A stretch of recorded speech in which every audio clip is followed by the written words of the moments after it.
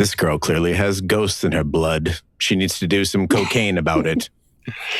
She's possessed by demons. Remember when we first met John McClane? Argyle picked him up from the plane and took him down the Nakatomi Tower at the Christmas party. And the terrorists were overzealous, but it was sweet when they killed Ellis. And with a little help from Alan, John McClane kicked ass. Welcome back to Shat The Movies, the podcast where we answer the question, were the movies we loved when we were growing up really that good? Have you ever caught yourself thinking, why don't they make movies like they used to? Can you still remember spending your Friday night searching for the perfect movie rental Blockbuster Video? Do you know what Blockbuster Video is? If you answered yes, and this is the podcast for you, I am one of your hosts, Gene Lyons, and alongside me is my co-host, Big D, Dick Ebert. I don't think it's very polite to try and make people feel stupid. And each week we took a look back in time to decide if our favorite films still hold up. The movies we cover are chosen by you, the listeners, who generously commission the films you love. If you like to tell the movies we have covered, will cover, want to choose one for yourself, please visit shatpod.com and have a look. At the end of each podcast, we'll provide you, the audience, with a number of wipes each movie takes to get off your respective butts. So, thanks so much for listening. If you have not already, hit that subscribe button and share with a friend. It's how we help the podcast grow. Additionally, you can subscribe to our sister podcast, Shat on TV, where we review TV series such as Westworld, Taboo, American Gods, Game of Thrones, True Detective, Lovecraft Country, and Watchmen. Find all information and past episodes at shatpod.com/TV. And finally, if you'd like to hang out with us live, you can follow and subscribe to our Twitch channel, shatpod.com/Twitch, and our YouTube channel where we play video games, host watch parties, and edit this podcast live. All that being said, Big D, what movie are we reviewing tonight? Gene, before we start getting into tonight's movie, I just want to thank you. I want to give you a big old pat on the back. You took the initiative. You started doing some more videos on Instagram, on Twitter. Even Vanessa was like, hey, I saw you on TikTok. And I was like, what? TikTok? What? I want to thank you. It seems like the listeners really enjoy it. So now I got to pay attention more. Today I'm wearing my Yankee hat for the recording. So I want to thank you. I hope if you're listening out there and you haven't checked it out, you're missing something special. You know, listeners, part of this is me being a giving guy, but part of it is me just retaining my sanity in these trying times on social media, because I found that when you're out there as yourself, you know, you're scanning through what's going on, you get frustrated, you get combative with people, you're arguing, and you lose sight of what it is we're trying to do here, right? And I noticed at the same time, as I'm out there arguing with people, all the listeners are trying to reach out to us through social media. And I thought, you know what? It's a better use of my time to connect with all these people and have a good time talking about movies, talking about the goofy shit that happens behind the scenes here on the podcast. And it's more productive. I know what the goal is. And you know what? It's even made the conversations on our Facebook and our TikTok and our Instagram even better. Because when people come at me like Feech, I can just say, hey, this is engagement. It's engagement. We're having a good time. And it always ends up being a really productive conversation. So thanks to everybody who's out there and interacting with us. And if you see me responding to something that you wrote us in 2023, I'm making an effort to go back and comment on everything, or at least give you a like or a love. YouTube, I haven't gotten there yet, but you know, it's a work in progress. No, I appreciate it. And Gene, it's great that we're keeping up with the times. You know, we're flexible. We're trying new things, so it's great. And it's some of the comments back and forth were fun. It's nice. We have a bunch of new listeners, a bunch of new interactions with people who haven't traditionally been listeners of the podcast. So it's exciting. And tonight's film is perfect. As we're recording today, we are 25 days, 1 hour, 37 minutes, and 55 seconds away from pitchers and catchers reporting in Florida for spring training. I'm lucky enough that I'm a Yankee fan, that right down the road in Tampa at George Steinbrenner Field, we have spring training, so it's right in my backyard. Very excited for the upcoming season. It may be the last for a while because I'm sensing we're going to have a work stoppage. But tonight's film, perfectly timed, long overdue for our great listener, Rob H. in the UK. And this is a part of a 4-pack, Gene. He has Shoot to Kill, Top Secret, Stakeout, and tonight's film, the 1989 American sports fantasy drama, Field of Dreams. Rob was kind enough to write in. He says, Happy New Year, Big D and Gene. I hope you both had a fantastic Christmas with your families. I'm sure it was full of brilliant memories, especially for you, Gene, celebrating your first Christmas with the newest member of your family. As a dad of an 18-year-old son and a 16-year-old daughter, I know just how magical the festive season can be. Watching the kids tear into their presents, when they're a little older, of course, and seeing their faces light up, those moments are priceless. First off, a massive thank you to you both. As a lifelong movie lover who grew up going to the cinema and renting movies from Blockbuster in the good old days, your show has brought back an avalanche of memories from my younger years. You've reminded me just how gloriously fun, cheesy, heartfelt, and downright brilliant the films of the 80s and 90s were. I've even introduced my teenage kids to the classics, and surprisingly, they love most of them. I actually stumbled upon Shat The Movies by accident, and thank goodness I did. I've been a devoted listener for years now. You're firmly part of my weekly routine, and over hundreds of miles of walks to the beautiful Derbyshire countryside here in England. It's been the four of us, me, you guys, and my fox red Labrador, Monty. Photos attached for Eugene. I know you're a dog guy. Yeah, Monty is gorgeous. I've lost count of how many times people looked at me strangely as I burst out laughing at your banter mid-hike, earbuds in, world tuned out, and straight into movie nostalgia. That's the magic of your show. Over the years, I've toyed with the idea of commissioning some of my favorite films, and I finally took the plunge. And well, I may have gone a bit overboard. 8 films are already lined up, and there will definitely be more. What can I say? I really love movies. So, on to my first choice, Field of Dreams. When I first heard about this film all those years ago, I never imagined it would float my boat, as we see over here in Blighty. A mate told me it was about a farmer who hears a voice saying, if you build it, he will come, and then builds a baseball diamond. My reaction? All right. And? But as a cricket player of 41 years, Big D, I'd be more than happy to walk you through the joys of the beautiful game and take you to a match here in England. I do love baseball. I've been to Fenway a few times, and whenever I'm in Chicago visiting my American girlfriend, you'll usually find me at Wrigley Field, my happy place, as she calls it. Add to that Kevin Costner, one of my favorite actors, and I thought, why not give it a try? Thank heavens, or Iowa, I did. It's now firmly in my top 3 of all time, maybe even number 1. To me, it is a stunningly filmed story with breathtaking landscapes and a beautiful James Horner score, the man behind Titanic, Braveheart, and Avatar. The cast is incredible. Costner as Ray Kinsella is brilliant. James Earl Jones is the wonderfully grumpy Terrence Mann, who delivers one of cinema's greatest monologues. Ray Liotta as Shoeless Joe, and the incomparable Burt Lancaster as Doc Moonlight Graham. The supporting cast ties it all together into what I genuinely consider a masterpiece. When people ask why I love it so much, I always say the same thing. It's about so much more than baseball.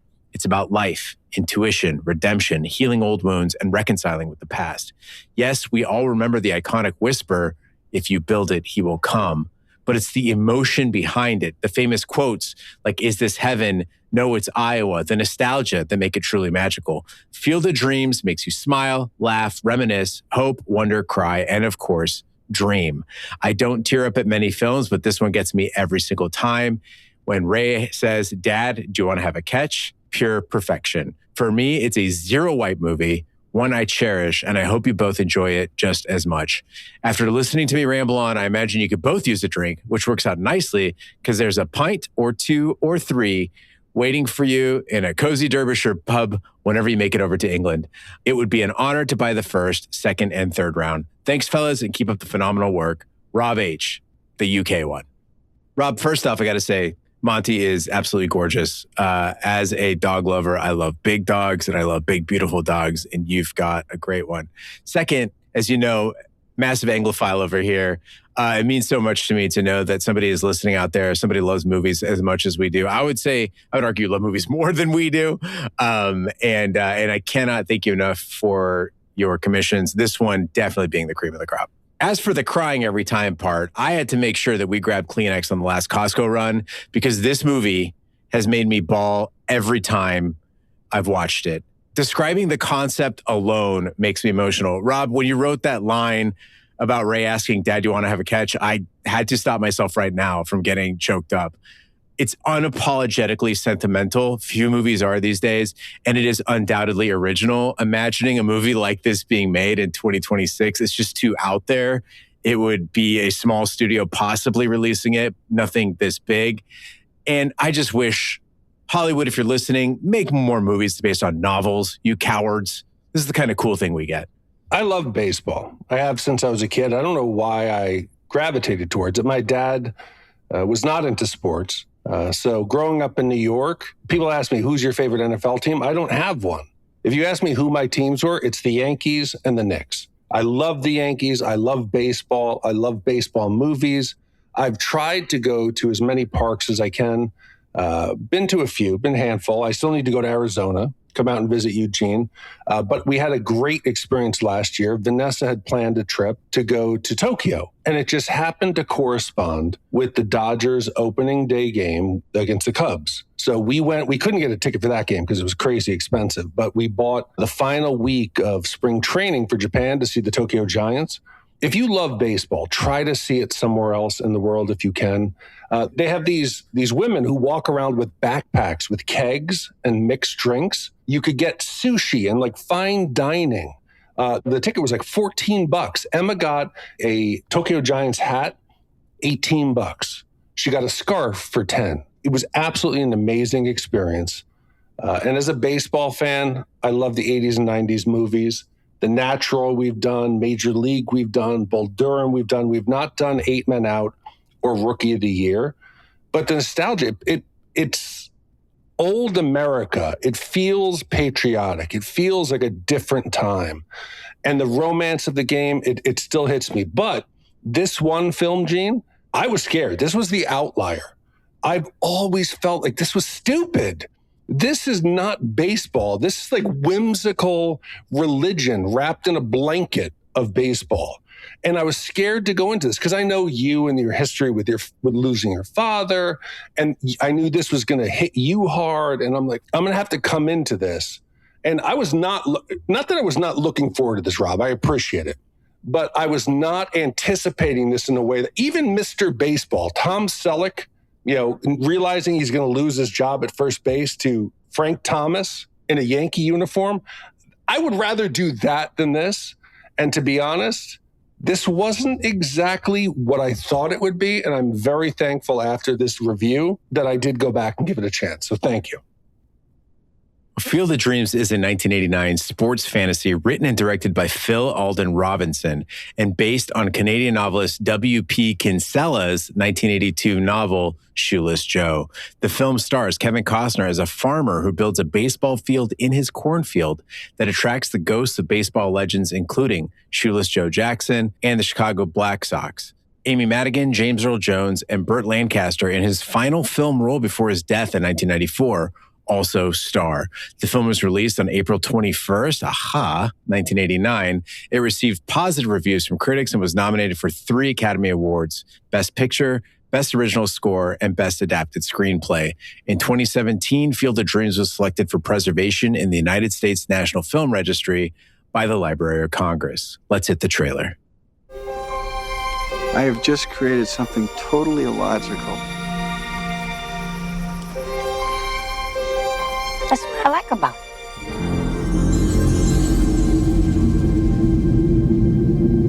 If you build it, he will come. If you build it, he will come. If you build what, who will come? Didn't say. I hate it when that happens. Me too. Who's hearing voices? Ray is. I think I know what "if you build it, he will come" means. Ooh, why do I not think this is such a good thing? Daddy, there's a man out there on your lawn.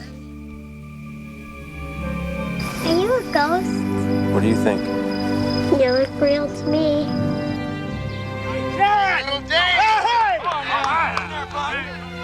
Hi! You couldn't see it. This is really interesting. You believed in the magic. It happened. Isn't that enough? Annie, it's more than that. I feel it as strongly as I've ever felt anything in my life. There's a reason. Go the distance. Did you hear the voice too? Did you hear it? Go the distance. Yes. Our Grave is dead. He died in 1972. Are you Moonlight Graham? No one's called me Moonlight Graham in 50 years. Unbelievable. It's more than that. It's perfect.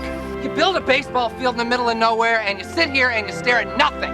This field, this game, it's a part of our past, Ray. It reminds us of all that once was good. Hey, is this heaven? No. It's Iowa. Kevin Costner, Amy Madigan, James Earl Jones, Ray Liotta, Burt Lancaster. Sometimes, when you believe the impossible, the incredible comes true. Field of Dreams. Ray Kinsella lives with his wife Annie and daughter Karen on their corn farm in Iowa. Troubled by his broken relationship with his late father, John, Ray fears growing old without ever having done anything to achieve his dreams. While walking through his cornfield one evening, Ray hears a voice whispering, "If you build it, he will come," and sees a vision of a baseball diamond and the ghost of Shoeless Joe Jackson standing in the middle. Annie agrees to uproot part of their field to build a baseball field at the risk of financial hardship. I don't remember how they marketed this movie, but you couldn't just market it as a baseball movie. There had to be some supernatural component to it. So I'm a bit worried coming into it. I already have some hesitation, right? But the movie, I love what it does. It gets there fast. The movie gets going. Costner does basically a speed run of his entire life in like 30 seconds. And somehow it works. Okay, dad loves baseball, parents meet, people die, he grows up, I go to Berkeley, I fall in love, I buy a farm, done. You're completely caught up.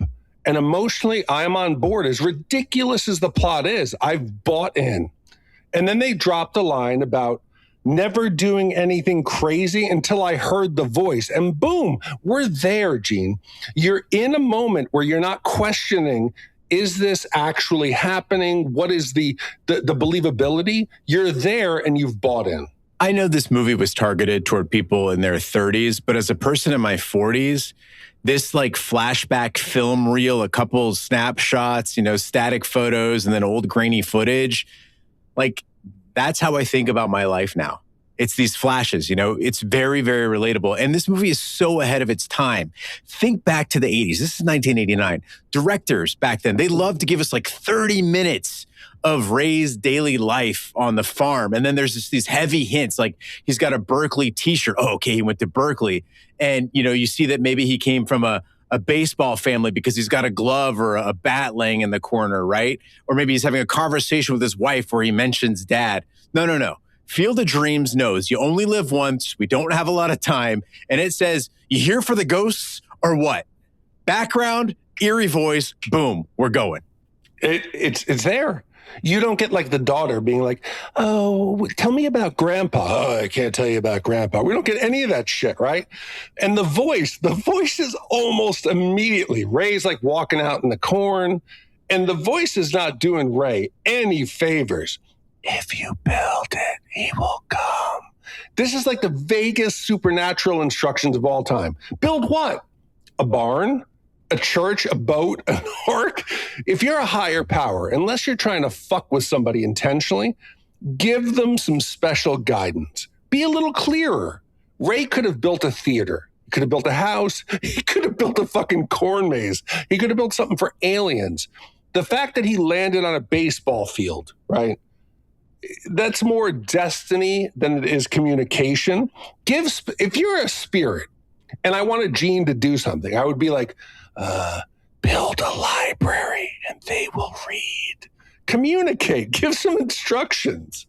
To be fair to Supernatural voice, it does show his ass a baseball field. Yeah, but maybe that was his vision. Maybe that's what he was thinking. I don't understand why Supernatural voice showed him a baseball field on like a hill.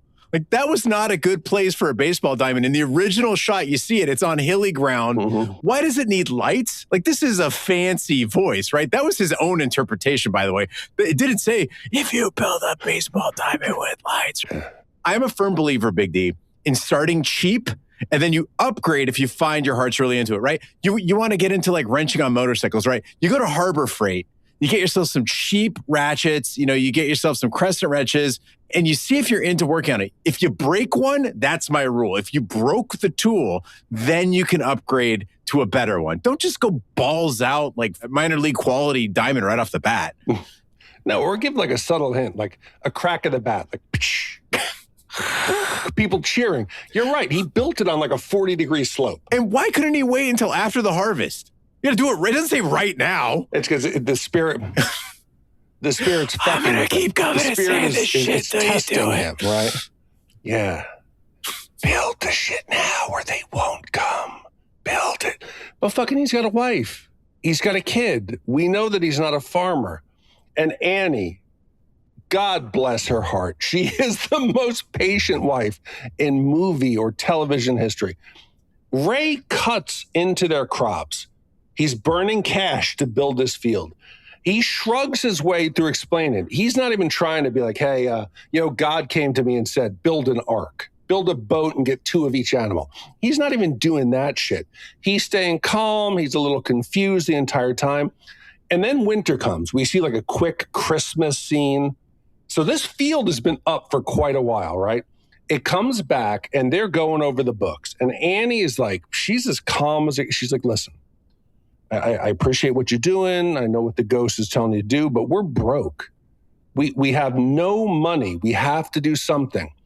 Then she literally sees a ghost in the cornfield. And how does she react? Is she shocked? Does she question everything? No, she doesn't melt down. She doesn't scream. She just says, okay, I'll go put some coffee on. I don't know about Sarah Jean, but Vanessa, she wouldn't react this way. And this is either true love or she's been living on wine and Xanax, or all of her other relationships were far more toxic and unstable. There's nobody's wife who would be this cool. Yeah, I mean, I did the thing you did. I looked over at Sarah while watching this movie and I was like, how would you react if there was a ghost in their yard? And long story short, it wasn't like Annie. And yes, Annie is a champ. But you got to remember, Ray left everything and moved to Iowa to become a farmer for her. Like, this is what marriage should be. I am down to support whatever wacky idea Sarah has because I know she's a winner and, like, that's the adventure, right? We win, we lose, whatever. Like, it's like, what are we on the planet to do? Why are we in a relationship? Why are we a family if we're not here to support each other on our dumb ideas? But why is your first thought, there's a dude in your field? Why isn't your first thought, hey, Ray, there's a guy in the field? You immediately think it's a spirit from the afterlife. Well, I mean, a guy would have to go through a lot of effort to be like, okay, I'm going to go to the middle of Iowa. I'm going to dress up like shoeless Joe Jackson. I'm going to stand in the middle of the field and hope somebody notices me. But why wouldn't you do it? He's a public, like laughing stock. Everybody in town thinks he's a lunatic. Why wouldn't one of the other farmers like, hey, Bobby Joe, why don't you go put on that Halloween costume from the Chicago White Sox and go out into his field? What you're describing here, Big D, I think could be classified as crazy behavior. And that's what I don't get about Ray, because he says that he's just a 30-something guy with a wife and a kid and a mortgage, and he never did anything crazy, never followed a dream. He bought a farm in Iowa. He doesn't know how to farm. That is a crazy dream. If you or I decided we wanted to leave our corporate jobs and become farmers, like, people would say we're nuts. But why does he talk about 36 like it is the end of his life? Like he's decrepit. He says, my father at 36, he was ancient. He had nothing to live for. 36 years old. Come on, dude. You got a wife, you got a kid. Your life isn't over. You're not being ancient. But he's being a bit melodramatic. So maybe she's just letting him go with his midlife crisis. But he, instead of going out and buying a convertible Miata, he takes it to the extreme. That hurts. It got pretty close to the bone there. As Ray builds the field, he tells Karen about the 1919 Black Sox scandal. Time passes, and as Ray is beginning to doubt himself, Shoeless Joe appears one evening. After fielding some fly balls and taking batting practice, Joe asks Ray if he can come back with more players. Ray says they are all welcome. The next day, Joe returns with 7 other Black Sox players. Annie's brother, Mark, cannot see the players, and he warns the couple that they're going bankrupt and offers to buy their land. The voice, meanwhile, urges Ray to ease his pain. So as an atheist who also loves baseball, this movie cracks me up. I was not expecting it, right? The movie's clearly mirroring some kind of like religious belief without ever calling it religion. Ray hears a voice, he follows it on faith, and everyone around him thinks he's kind of crazy. He's lost his mind. They're mocking him. If you strip away the cornfield and replace it with something biblical, like if they had told Ray, build an ark, save to each animal. All of a sudden, people are like, this is familiar. It's acceptable. It would be believable. But as a baseball stand-in for faith and belief, I started to believe, Gene. I don't believe in a higher power and God telling me there's a flood coming, but I believe that God could tell you to build a field so that some players want to come back and visit. It explained religion in a way that I could understand. I told you, this is what it must feel like for people to go to church and to read the Bible and the scripture and feel warm inside and happy. The way they're describing baseball and the experiences and how you can manage and track time through baseball, it's a comfortable feeling. And I can't believe I'm going to say this. We did Contact recently, right? Contact needed to be more like Field of Dreams. It's a crazy thing. In a battle between science and belief, this movie handles that topic much better. Hallelujah, brother. We've been getting a lot of comments on Shat The Movies Facebook and Instagram, which are on fire, thanks to me, about how we didn't understand what a movie was trying to do. And to those people, I say, thank you for the engagement. Please continue arguing with me because it makes Facebook think we're interesting people. But also, you and I mostly know what the movie is trying to do. Like, we've been doing this long enough. We get the intent. Our gripe isn't with the intent.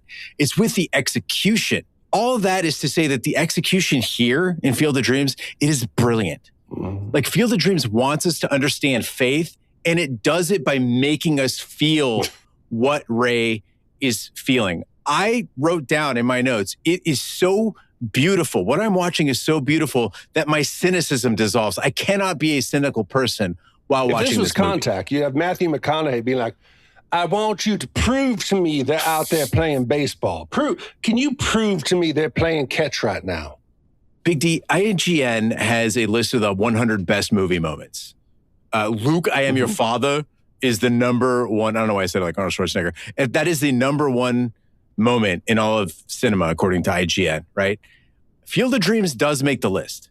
It's in at number 93 with the game of catch between Ray and, spoiler alert, his dad. Okay. But for me, that's not the moment in this movie. For me, it is the moment when we see Shoeless Joe for the first time. And on paper, this should not work. It's Ray Liotta, first of all. Okay. Ray Liotta, not whimsical, not really a holy figure of any sort. And he's just sort of standing around and staring, looking creepy, fussing with his glove. But that moment when you first see Shoeless Joe out there in the lights, again, as a baseball fan, you know that feeling when you see the lights come on. It's a dark Iowa night, it's the middle of the cornfield.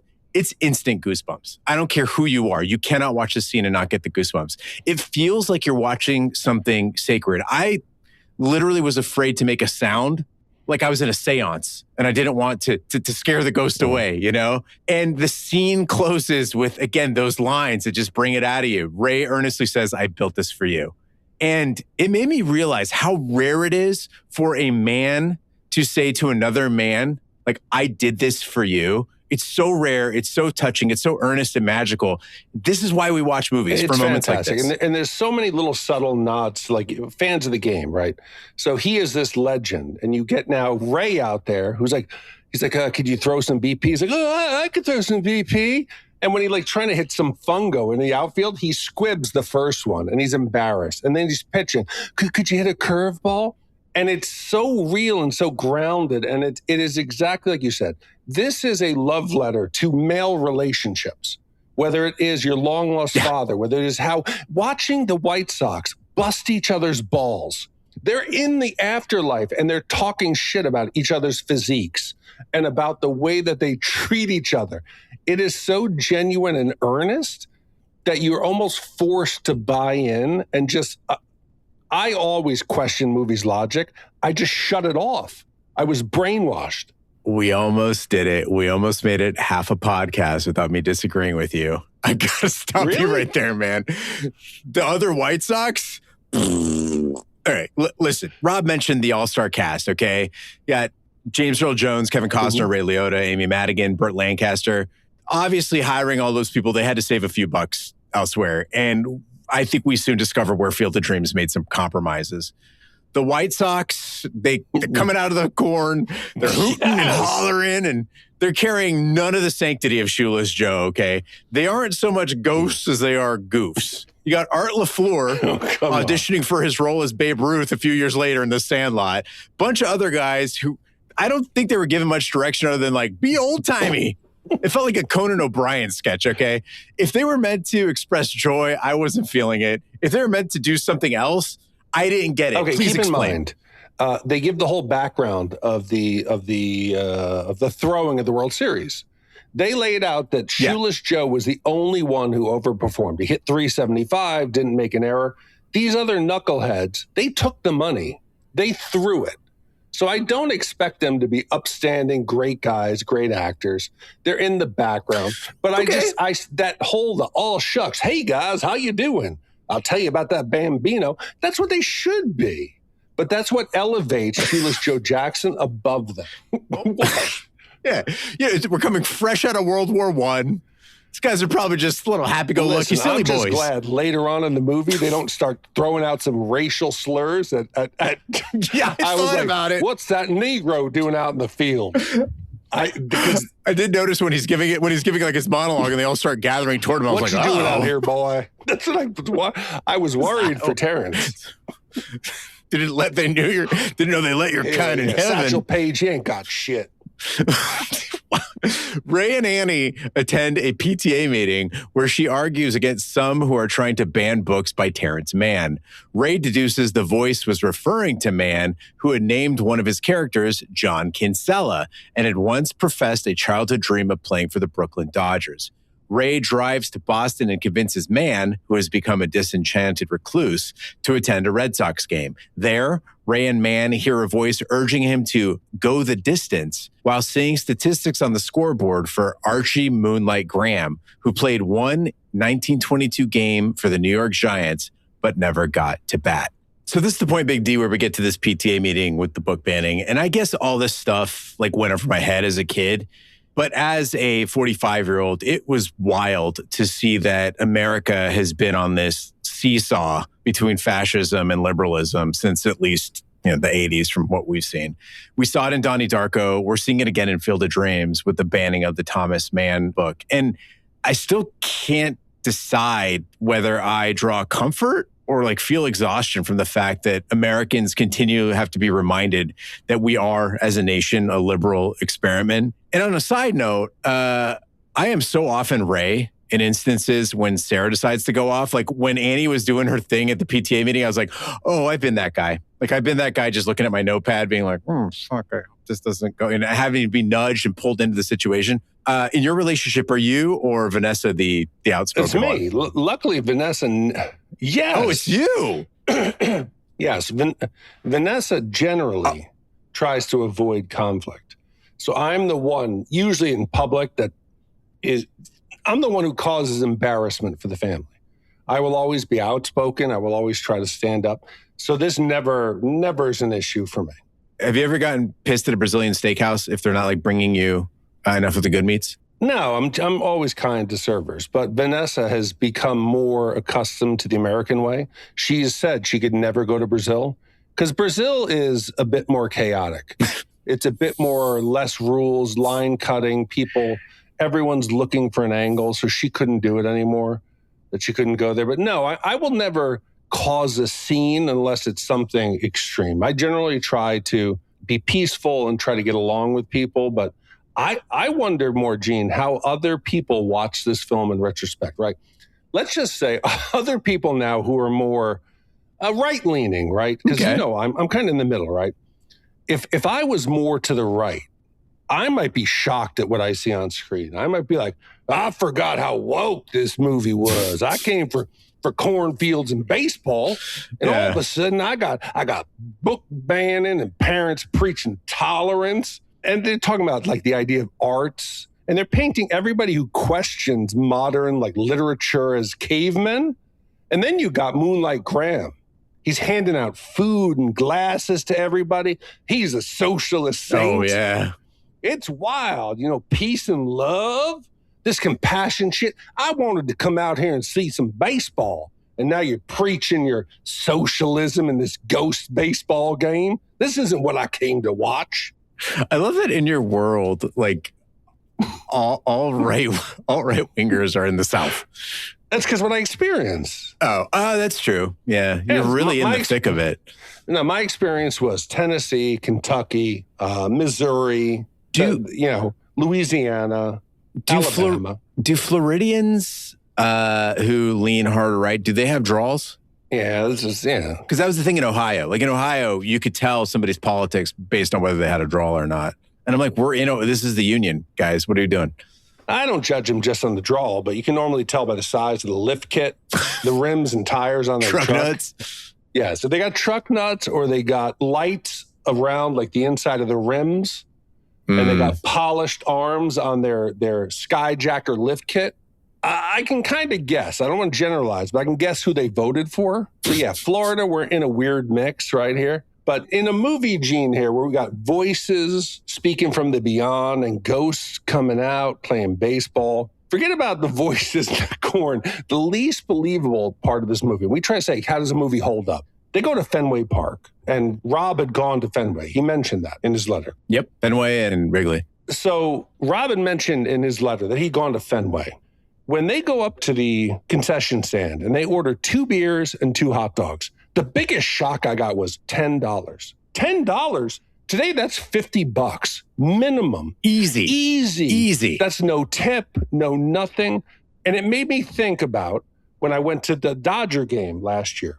I went out to LA to watch the Yankees in Chavez Ravine. It was a Saturday game. The Yankees got blown out like 18-2, whatever. $22 beers. I bought what was called, it was like a Dodger combo. So it was some kind of like I don't know what the hell, like some kind of French fries, a hot dog, and a soda. $47 plus my $22 beer. And the prices are killing every sport. They talk here about baseball. And back at the time of 89, baseball was king. It was America's pastime. Everybody would go out. It was affordable.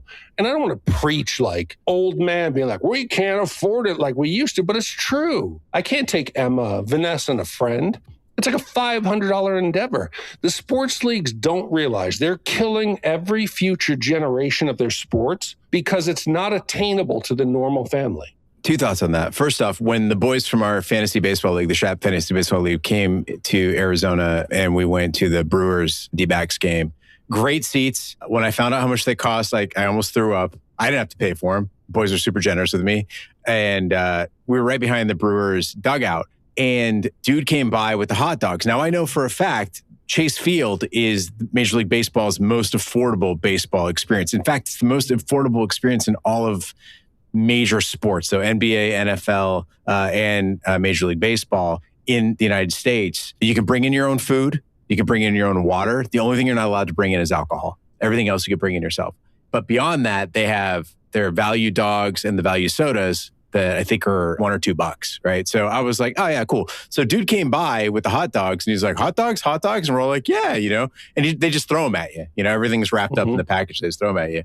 But $8.50 for one hot, and like, I'm not talking a brat. I'm not talking, a Polish. I'm talking a bar S, like 4-inch weenie, $8.50. You gotta be your mind. But I think the kids are going to be fine. And here's why. One, they don't drink. Okay, craft breweries, whiskey producers are dropping like flies because the younger generation, they don't really drink. And 2, this is something I recently learned, they flex on spending a lot. Kids now, they are not thrifty at all. Whereas we Gen Xers like pride ourselves on resourcefulness and being scrappy and what a good deal you got. That's what you tell people about. My niece and nephew and their friends, they want to spend a lot and they want everybody to know about it. And I'm not just talking about on social media. Like, you ask them how it was. Oh, we went to Vegas. How'd it go? And they will tell you how much they spent on stuff as a measure of how good a time they had. It's very strange. Yeah, the problem is, though, you live in Arizona, right? Diamondbacks, they got to do whatever they could do to get people in the gate. Gene. Okay, Marlins. Dodger Stadium, they feature the 16-inch Slugger, a massive jalapeno cheddar sausage. That's what they called me back in high school. Petco Park, San Diego, the Lob Dog. Yep. It's chorizo, lobster tail, $39. Globe Life Field, Texas Ranger, the Boomstick. It's a giant burrito-style dog for $36. You're living in the extreme, right? You probably have like dollar beers or like 50-cent tacos. You're like the Tampa Bay Devil Rays of baseball. No, we've got some fancy stuff too. We got the apple pie chimichanga. We got the churro dog. Is that $12? We got the millionaire steak sandwich and the Korean pork belly nachos. But we have our value menu. I just looked it up right now. $5 beers, $3 hot dogs, popcorn, and soda. It's not bad. No, can we get pool seats? Okay, it's about $1,200 to get like everybody, like the whole thing. I don't want all. And then you just split it up among your friends. Well, no, but we have to do it like as a group thing. That's the only way. You can't just like get in there. I mean, I guess we could find a group of people who are doing there. I'll look into it. All the boys in 30 Fun. I'll see what we could do. The pools, they suck. Those pool seats suck so bad. Nah, 301's the spot. That's the best spot to be. Unless you could be behind the Brewers dugout with all the guys from the fantasy league talking shit to Mark Yellick. The pair drive to Minnesota and learn that Graham, who became a physician, had died years earlier. Ray suddenly finds himself in 1972 and meets an elderly Graham who feels his calling in life was medicine and declines to visit Ray's baseball field.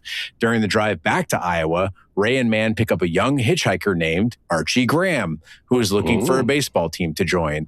When Ray tells Mann that his greatest regret is that his father died before they can reconcile, they agree that the building of the field and bringing Shoeless Joe back is Ray's penance for his estrangement of his father.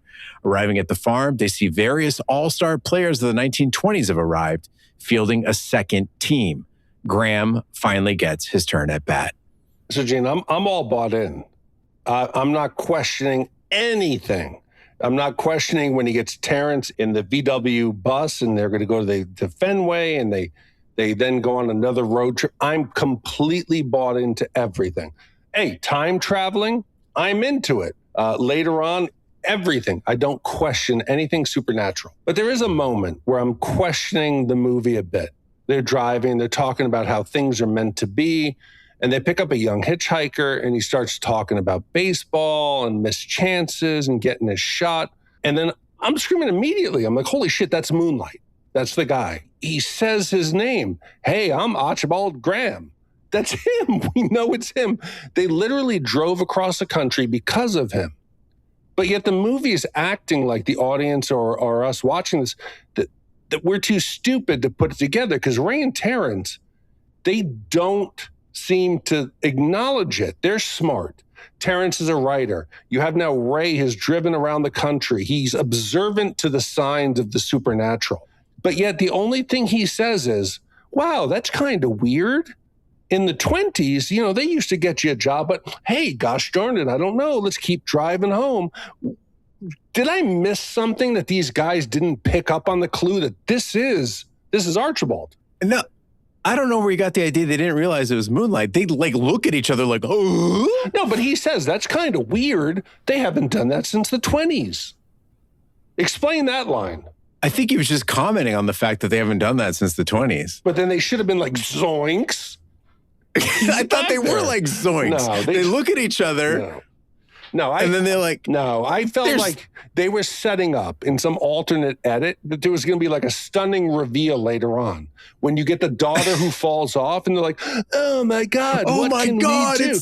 Is there a doctor? And they'll be like, wait, Archibald? And then he'll come across the gravel. He turns into it and then it's like, wow. They would have to be the dumbest guys on earth. He's dressed in like 1920s clothing. Yeah. I guess 50s. Whatever. But I did love the 20s? Fact that he's driving around in a vintage, like 69 VW bus. Yeah. So there'd be no point while they're playing. Archibald would be like, hey, this is some kind of fancy new car you got here. It's believable to him. German. Oh, it's the Autobahn, the Volkswagen. This is a car for the people. Hey, fun fact, Arizona is, there's a bill right now in the state legislature to make the Autobahn in Arizona. It'd be a no speed limit. Again, you got to pay people, give them incentive to come to Arizona. Drive fast, $8 hot dogs, anything you want. Yeah, do whatever you want. No vaccines. Go in the desert, shoot up refrigerators, do what you want to do. And we still have a Democrat governor. Thank you very much. in a very, very Republican state house. The next day, Ray and Mark scuffle, accidentally knocking Karen off the bleachers. Graham, despite knowing he'll be unable to return after stepping off the field, saves her from choking on a hot dog.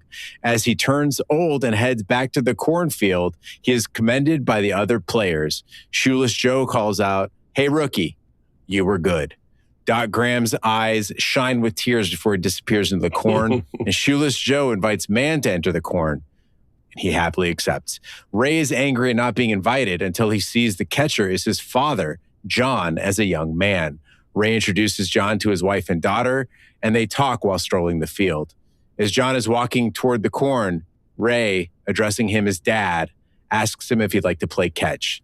John gladly accepts as a long line of cars is seen approaching the field. So, Gene, there's a new dad, right? We already talked about Sarah hears you. You're telling her, I hear voices. They're telling me to build something in the backyard, right? Sarah's kind of cool with that. Let's just pretend, right? I want to know if she would draw a line, right? The bleacher accident for me as a dad, Emma's 10, right? This is the point where the movie pushes the suspension of disbelief to the limits. I'm all for magic voices. They're telling me to build a diamond. Hey, go to Fenway and get Terrence to go to the game. But for fuck's sake, when my daughter falls backwards off of a bleacher, she's unconscious. She might have broken her back. She might have severed her spine. She might be paralyzed. She might be like seriously injured. Instead of immediately calling for an ambulance, Annie is like, is there a ghost around here who could get some medical care? The scene is meant to be magical, right? Here he is. But logic collapses. No parent, nobody is going to say, I'm willing to risk it, right? I'm going to take a chance, right? Fuck the farm. We're getting foreclosed on. They're taking our property. Maybe the magical doctor boy who's going to come out, hit the gravel, and turn into a 72-year-old doctor. I draw the line at that, Gene. Are you going to allow your daughter to be fixed by a potential magical doctor? He's also an old doctor, ghost doctor, who finished his doctor education in the 70s. Okay, that was the last time he was a doctor. He probably got educated as a doctor in like the 40s. Right. That's the kind of medicine he's bringing. Also, we've seen that Shoeless Joe can't cross the line. So I don't know why you would assume that Doc Graham can. I get that Ray knows Moonlight is a doctor and might be able to help, but why is it got to be one or the other? Why is he stopping Annie from calling the ambulance just in case? He's like, no, ghost doctor's got this. Also, the child, it's not a mystery disease, okay? This isn't the fucking pit. This isn't a house, okay? The child is blue in the lips and not breathing. You don't have to be a doctor to figure this one out, okay? And what blew my mind even more, though, is after all this is resolved and Doc Graham goes back in the corner and all that stuff, is everybody is cool with Mark, okay? Mark tossed a small girl off the top of the bleachers. I would be so busy kicking my brother-in-law's ass that like Art should be like waving from the corn and I'd still be strangling my brother-in-law. But at what point do you draw the line? What if they're like old-timey medicine? We need some leeches. Leeches will get the bad blood out of her. You know, we need some mercury. Mercury will straighten her out. At what point do you like stop the cosplay and be like, listen, Archibald, you this is 1997. Okay, we know she's choking on a corn dog. Let's do the Heimlich maneuver. This girl clearly has ghosts in her blood. She needs to do some cocaine about it. She's possessed by demons. Big D, Rob alluded to it. I had a sneaking suspicion that I would cry during this movie. I always have in the past, but I have not watched it in years. You've got this final scene. You got Ray calling out to his dad. They're having their final game of catch. And it's so relatable. Who wouldn't want one more moment with their dad, right? It gets you right in the feels. But this viewing for me was different. Right now, I'm at a tough place with my mom. Things are not great with our relationship. Not great with her grandchild. I've never met my dad. My dad was a Mets fan. Do with that what you will. And now I'm a dad myself. And I realized watching this scene that it's not just John, it's young John. It's John when he was in his prime, before he had kids, before life broke him, right? And my daughter, I realized in watching this, will never remember what I was like at my peak. I'll never be this energetic again. I'll never be this whimsical again. Yeah. Never this strong physically. Chop Top Challenge, motorcycles, goth nights, Krav Maga, this podcast, like who knows if any of that will be me in 5 years or whenever she first starts forming those memories that she can hold on to. And it's one of those sad parts of parenthood that you realize, I realize that everything that's happening right now, I will remember this. She won't remember any of it. And that kind of broke me. I think that's one of the things we take for granted. I remember in our basement, there was a poster that they had made for my father's 40th birthday. And it said, Old Man Bill. And I remember thinking, Jesus 40 Christ. years. And it was a picture, like, because back then it was like a photo and like some hand-drawn art with like some kind of marker. Him with a cane. And I remember thinking about how decrepit he was. And I remember thinking about how he just doesn't understand me. Right. As you get older, you realize that they were like us. They were full of life. They were full of dreams. They were full of energy. And as we grew with them, they started to age and started to change. So I try to make an effort with Emma all the time to talk to her, to make her understand. And I think this podcast, you question, I think this is the ultimate reward for the podcast. Regardless if it stays posted, if it stays whatever, you will have a diary of who you were. She will never know you better than by maybe going back and listening to these episodes, to be able to hear who you were unfiltered at your core, talking about the things you believed in the moment over the last 10 years. So I believe Emma and your daughter, maybe one day we'll sit down with a nice bottle of Pinot Grigio, a great vintage, maybe 2037, and listen to these episodes and either just joke and be like, our fathers were such fucking dipshits. They were so cringe. But at least they will see us at somewhat of our energetic peak. And then they'll go to a baseball game and spend $100 on a hot dog and a beer. More than that. Probably more than that. All right, now's the time in the podcast we give our wife score for Field of Dreams. Big D, as the resident baseball expert, please go first. So Rob, thank you. For years, I thought Field of Dreams was less like a baseball movie. It was more just a ludicrous fantasy. The idea of building a baseball field and because a voice told you, it was some kind of religious fantasy dressed up as old-time Americana. So I've always kept this movie at arm's length. I've never gone back and rewatched it. Anytime people compare this to the classics of baseball, I never took it seriously. So I finally just never thought I would go back and watch it. When you commissioned it, it forced me to go back. And I got to tell you, I was wrong. I texted you earlier, Gene. I said, I don't think I've ever been this wrong. You said, oh, you've never been wrong? I said, no, I've been wrong, but not completely. The sentimentality, it hits me. I never questioned any of my normal, why does this happen? Why, other than the bus ride and the hitchhiker, it makes sense. It's credible. It's emotional. It's genuinely warm. It's an escape. It's why you watch movies. You don't have to think. It doesn't have to all be logical. It makes sense. There's a baseball field out in the middle of Iowa, and it connects you to your family, and it makes you question your place in the universe. This movie was so much better than I remember, and I understand why people love it. And without Rob, I would have been robbed of that. No pun intended. I would have been robbed of that experience. So I got to give this, surprisingly, a 0.75 white. I think that's appropriate score, Big D. I'm going to come in just a little bit higher than you. And Rob mentioned that James Earl Jones gives this incredible monologue during this film.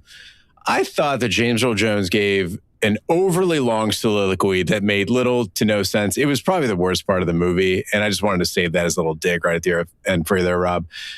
The movie, it is naive. It is predictable. Yeah, the players other than Shoeless Joe and Moonlight, they're just fillers. But there is a magic to this movie, Rob. Field of Dreams is, at its core, the America that we could all agree on. Like, I missed this so much, and it filled something that was kind of lacking for me this week, and it did something to me inside. That was a place, that America in 1989, where people could do wacky things, and they could dig deep into small town values and they could remember our shared lore about the big cities, these great cities like Boston and Chicago. And what happened in the 60s, it's mocked in the 80s, but it still mattered. Like we still had that strain of Americanism, that wild side to us. And I guess, like, to sum it up, this is what real nostalgia feels like. It's not just seeing something you recognize, but it's when you feel that feeling again. It's like Field of Dreams, right? It takes you back to that moment. It took my heart on a bittersweet trip. I had moments of sadness. I had moments of joy. It made me feel all kinds of things. But yeah, there are some cracks in this movie. I'm going to come in at one wipe. So, Gene, surprisingly, with a score of 0.875 wipes, that now places us alone in the 57 spot.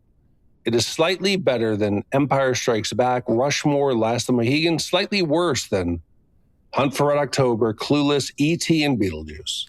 I'd say it's on par with any of those movies, but I'm happy with the placement. How do you fucking sell this movie to Costner? How do you sell this to any studio? Imagine this. Let's put it in any other realm. Okay, it's going to be a mystical football team, and he's going to come build a field, and there's going to be like ghost players, and it will connect to your past father, and it will teach you about the importance of the relationship. And how do you fucking sell this movie? And I'm talking like in Hollywood. I come to you with a script. I get that. I think if you think about it, I mean, you were around for it. 1990 baseball. I mean, this is 89, but I'm saying like 1990 baseball. That was like, remember they were building like the mega parks and like you had these home run records being set. I think baseball was so hot right then. You know, you're riding on that wave of, you know, Major League, Major League, Bull Durham. Like there were so many baseball movies coming out at that time that, you know, just fit right in there nicely. So for Costner, I think it's a no-brainer. Oh, he also got to wear those high-waisted jeans, look real good. It sounds fucking crazy to me. All right, well, Rob, thank you so much for honoring our national pastime from across the Atlantic, and I hope things are great with you and your transatlantic girlfriend. Big D, before we close out, got some voicemail and email. The first one comes from Steve from Washington. He says, hello, gents. I've been listening to the show for a few years now and would love to finally commission one or more movies with you. I live in Washington State and have been a lifelong movie aficionado. I grew up in the similar time frame as you both, in a far northern California small coastal town that was punctuated by 5 for $5 movie rentals from the local non-blockbuster movie store. My childhood was filled with rewatches of the classics on home-recorded VHS tapes of Krull, Fletch 2, and many others. If you have the availability, I'd love to fill in a few gaps in your catalog and maybe add 1 or 2 lesser-known films. The list I have that I'd like to hear reviewed is Meatballs, 1979, The Quest, 1996, Airborne, 1993, and Diggstown, 1992. Each of these is well remembered from my youth, and each were watched multiple times with joy. Some have surprising casts or stars in their youth. If only one of those could be reviewed, I'd let you pick the lucky movie. Each stands on its own for various reasons, so I'd be happy with any of them. I know Airborne will get torn apart, as it should, but it has some great characters and captures the 90s well. Let me know what you think. All the best, Steve from Washington. I think any BMX movie is always great. I mean, we had Hell Track and we had Slow Dancing. Yeah. Airborne, I think would be great. I would be okay with any of those movies. Meatballs was, I was thinking of Critters. Isn't Meatballs like a camp? Yeah, it's like like Bill a camp Murray. Of misfits. Yeah. It's like Bill Murray's like the head counselor. And, you know. Is he really? Yeah. I think there's probably some titties in it. Yeah, it's like very wet, hot American summer sort of thing. Yeah. Oh, yeah. perfect. I mean, listen, hey, Steve, we're doing what, 4 right now, 8 total for Rob. I think we could put your 4 on the list. I haven't seen any of them. Hell yeah. I'd be down for any of those. I like that Steve is really into one-name movies, like one-name titles. He's a very efficient man. Well, thanks, Steve, for your email. Big D, what do we have coming up next week? So, Gene, I want to see who's made it this far into the podcast. So I'm going to do a special Shat giveaway here. I've got a good friend of the podcast, and one of our co-hosts was Cole Pickhock, one of the most hated he's not co-hosts popular. we've ever had. No, people, even to this day, his Terminator review, they hate him. Like, viscerally, people want him to die. They've said the meanest things possible about him.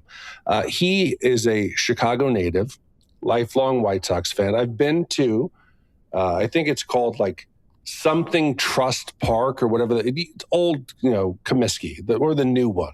After the Yankees played the Field of Dreams game against the White Sox, and they lost it in dramatic, heartbreaking fashion. The following year, the White Sox decided to do a commemorative Tim Anderson walk-off bobblehead, Field of Dreams. If you're seeing the video now, you can see it. It is Tim Anderson. He's in the Field of Dreams. He's happy. Look, he's walking it off. The Yankees are distraught. I will give this bobblehead, brand new in the box, to anyone. The first person, submit to me. I want a fictional lineup, 1 through 9, fictional baseball lineup that can top mine, okay?